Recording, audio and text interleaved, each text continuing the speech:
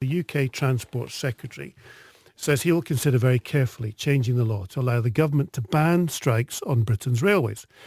Now, Chris Grayling made these comments as services on one of Britain's busiest rail routes in the south of England were reduced to a standstill because of a 48-hour strike by train drivers.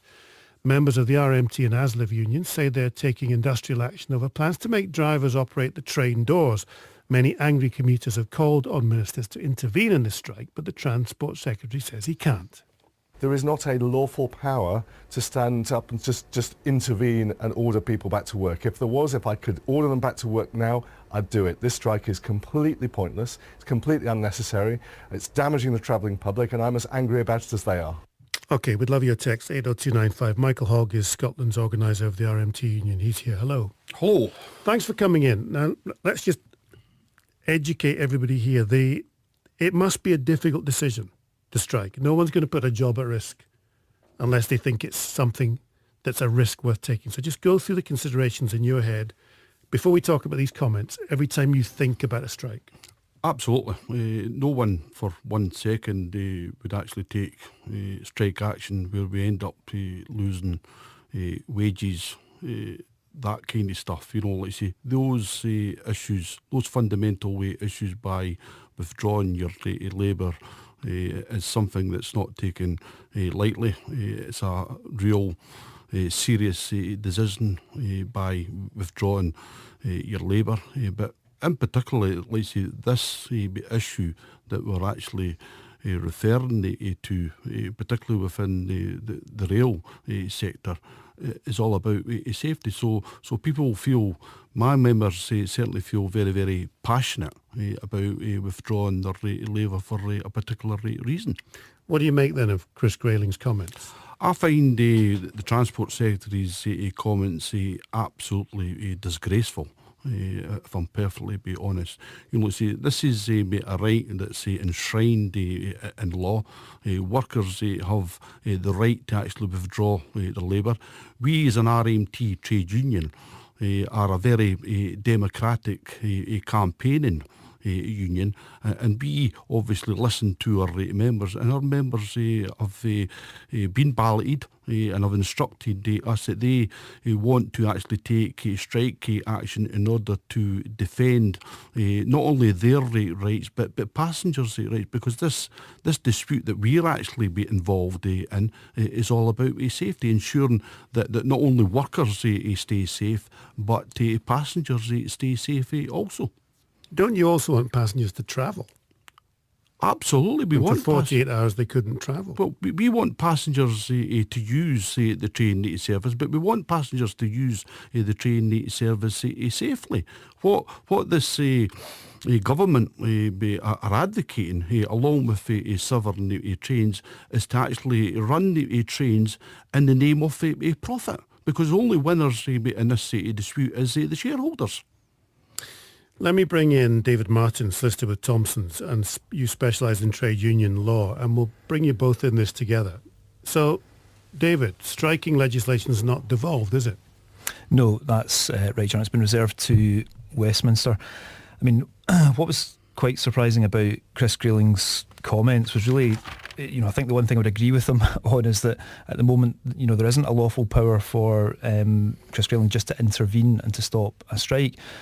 And there's very good reason for that, because Westminster has in place protections for workers to lawfully strike, and it is a fundamental right, and arguably it's a fundamental human right under Article 11 of the European Convention.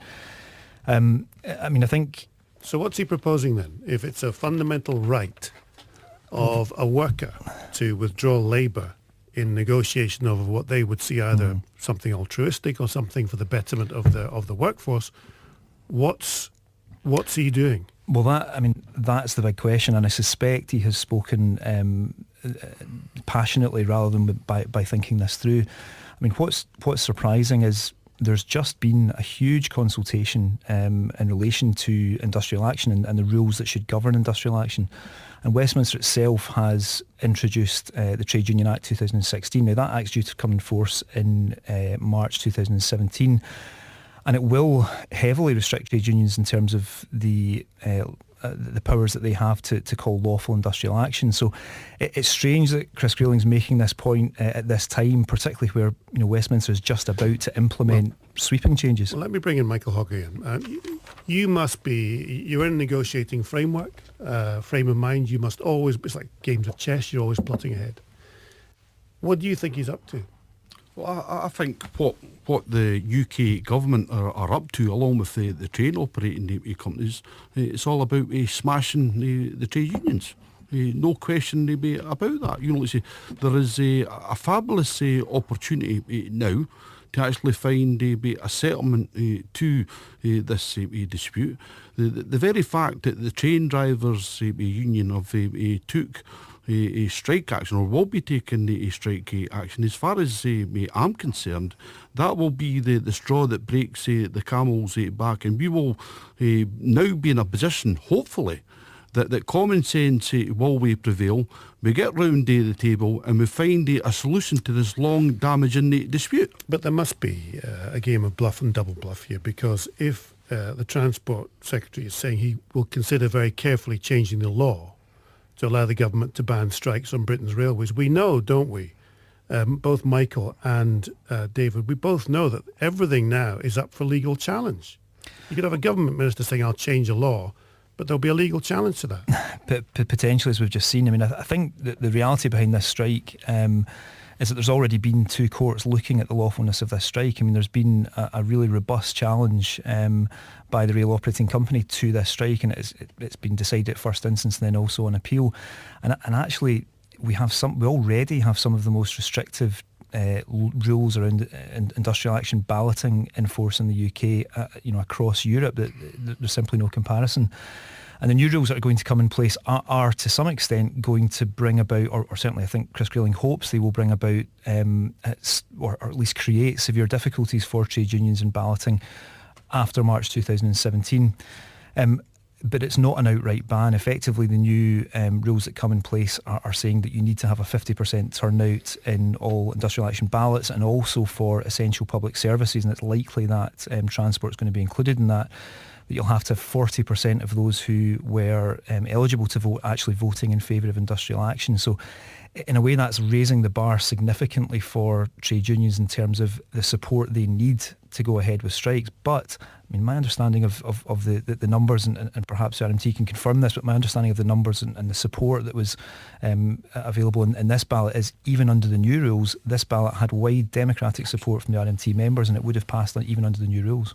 Absolutely. Give us the numbers. Absolutely. The numbers that we actually have first hand is something in the region of 80+% voting in favour of strike action. So that would blow to bits the actual new rules that's been introduced, or will be introduced by the Tory government. What we want to actually see a settlement to this dispute, and the only way we're actually going to find a settlement to this dispute is for common sense to prevail, and for all parties to get round the table and find a solution.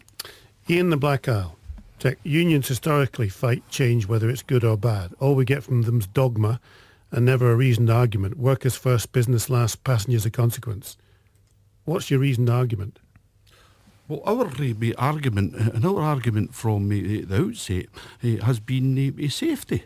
We want to ensure that our trains run safely, and the only winners in any railway dispute is the shareholders. And we actually want to ensure that people using the trains, whether it be workers or whether it be members of the public, use Scotland's trains, UK trains safely, because that is the only way that we're actually going to ensure that there is no accidents taking place on our train network. We recently had a dispute in Scotland, and I'm pleased to say after 11 days of 100% solidarity strike action, we actually found a solution to the rail dispute in Scotland, where we actually kept the guard on the train and the guard in full operational control of the doors. This is what this dispute is all about so far as Southern is concerned,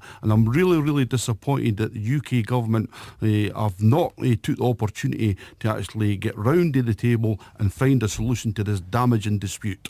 Because you accepted, as you say, the compromise agreement in Scotland, which was the Guards. And that compromise agreement is on the table down south too, but they won't take it, is that right?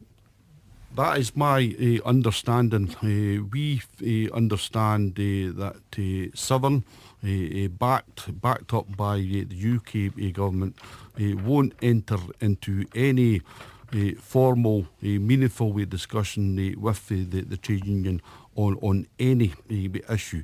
The Transport Secretary has refused point blank to meet my General Weight Secretary on up to occasions. So that demonstrates to me and my trade union that they're absolutely hell-bent in smashing the trade union. David Martyn from Thompson's, we have to put everything in context, so educate me and the audience. You talked about our trade union laws here being tougher, more draconian than the rest of Europe. Quantify that. What power do unions have in Europe that they don't have here now? Well, it's really just in relation to the strict rules that we have in relation to the hoops you have to go through in terms of proving that you have sufficient support, defining the nature of the dispute that you're going to undertake, and also in terms of identifying, which is incredibly difficult actually for some trade unions to try and identify exactly who it is that you're balloting.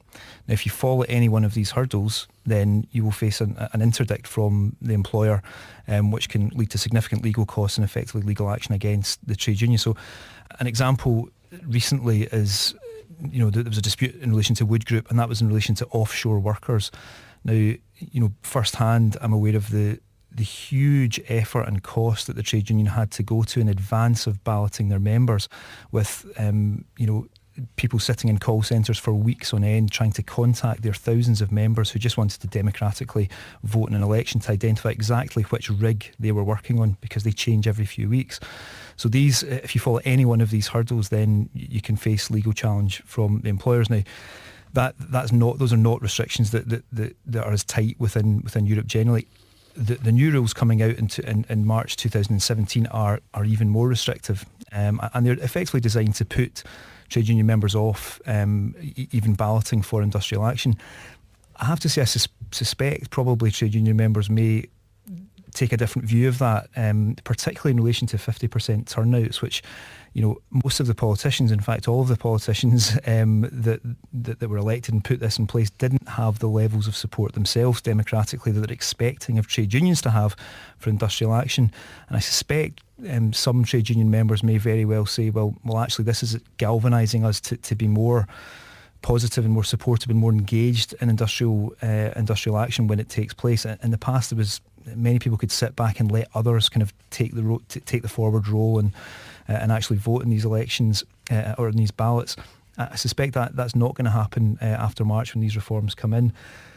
One of the issues that would make this a lot easier for everyone actually would be in electronic balloting, which just makes perfect sense. And the government have agreed to consult about electronic balloting, which would allow union members to simply vote for whether they support or don't support industrial action online through some easy mechanised system. Now, unfortunately, there's a consultation about that, but we suspect that's probably not going to be adopted, even though it's a fairly common sense proposal. Okay, David Martyn from Thompson's. Thank you, Michael Hogg from the RMT. Thank you very much. Your texts are welcome.